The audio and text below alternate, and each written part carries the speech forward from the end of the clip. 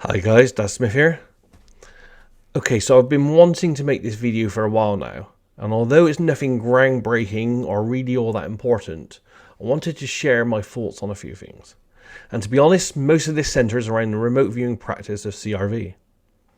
Now I want to add a shout out here to Chris, whose DM message to me prompted me to explain why my remote viewing sessions for this last year had the word flow on the top right and not CRV anymore.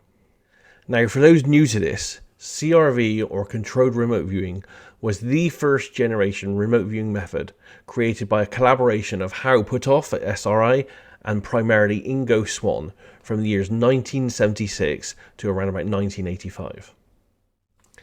Ingo threw himself into this work with gusto, as he did with all his RV work, and over that period of time, in an unfolding, ever-changing manner, he created what we now know today as CRV, or controlled remote viewing.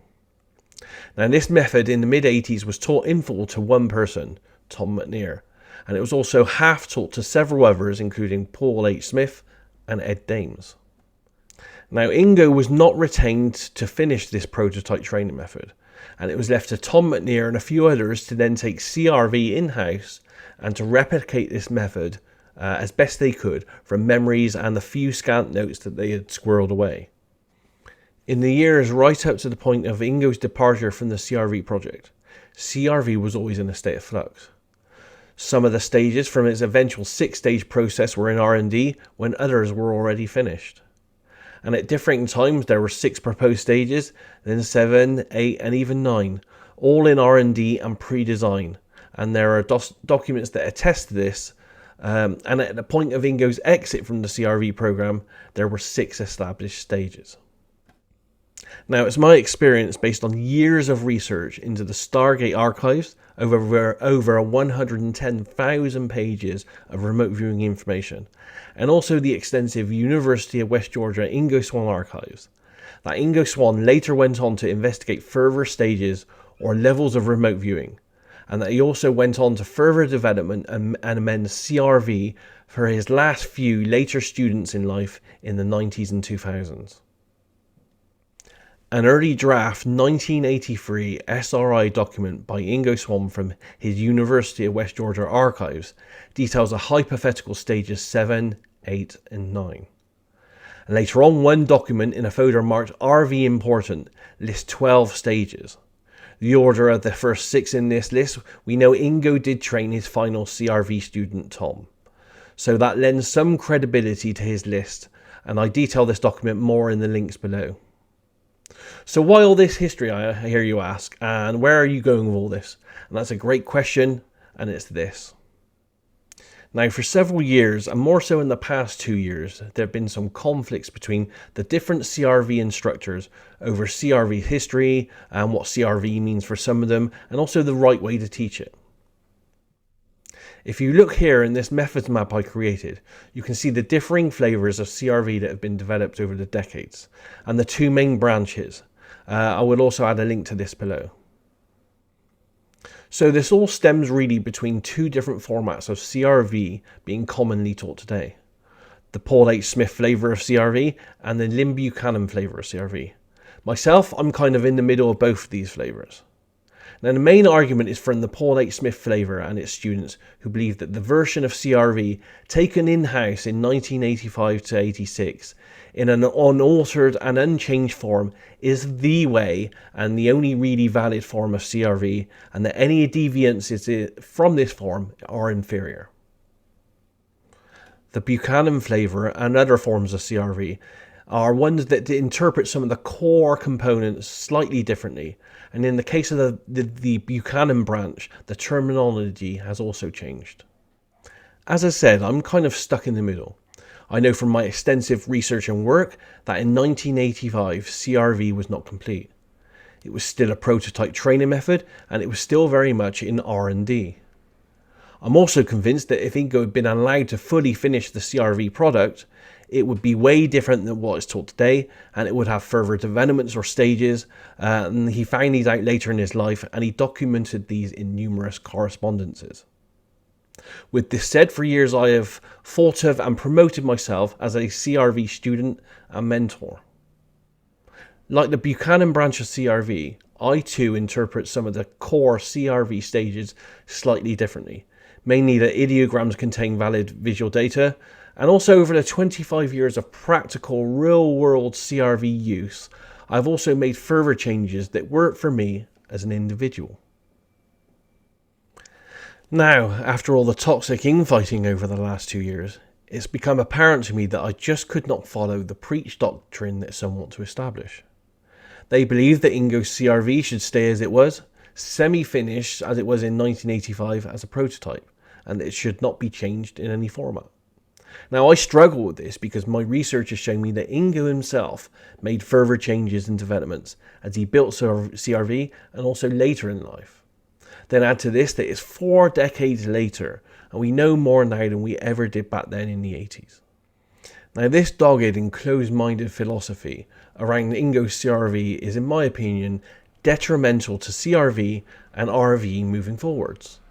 Ingo Swann would never have thought this way, trying to keep a methodology only part built and in a vacuum of sterility without change over time. This is not how RV works or how anything works with individuals, and this is not a philosophy I want any part of. So over the last year, I've been referring to what I practice as RV something other than CRV. I also didn't want to add any new acronyms to the growing list of RV methodologies, so I just called it by how it works, which is flow. For me, CRV or RV remote viewing is a flowing process of expanding cooperation, revealing the target details. My personal practices of CRV and how it's evolved with me mirrors the belief and description of a practice within Zen called Enzo. Now, the creative drawn flow of Enzo, its meaning and its decoding and expression of it is a mirror to the ideogram process first created by Ingo Swann and used in many different forms today. Now, within Enzo, usually a person draws the Enzo in one fluid expressive stroke, and when drawn according to the Soho, or which is cursive style of Japanese calligraphy. The brushstroke is especially swift, and once the Enzo is drawn, one does not change it. It evidences the character of its creator, and in the context of creation in a brief, continuous period of time. The spiritual practice of drawing Enzo or writing Japanese calligraphy for self-realization is called Hitsuendo. Now, like remote viewing, each Zen master has his own style, and that individuality is clearly expressed in the Enzos that they brush. The circle may be open or closed, and in the former case, the circle is incomplete, allowing for movement and development, as well as the perfection of all things. When the circle is closed, it represents perfection, akin to Plato's perfect form. Now, this is why what I have named and what I now practice is flow. It's a remote viewing method with a structure and philosophy that over time adapts and changes as it symbiotically works with the user. The CRV I learned, which I now use as flow, encompasses the intuitive and creative expression of the ideogram process, but also the unfinished elegance and nature of the universe allowing for development.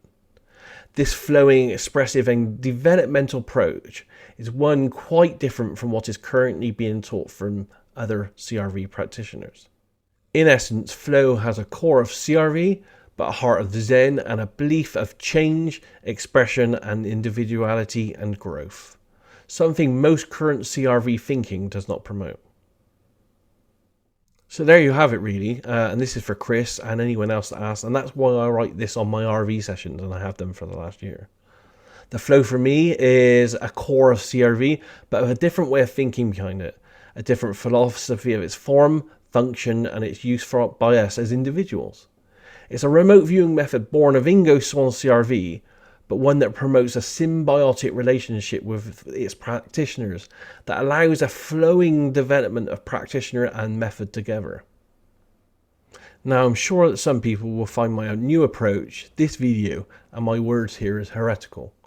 I care to think of them more as evolutional. It's my philosophy that CRV or remote viewing should not be taught as a sterile and a stagnant form with no breathing room and no change.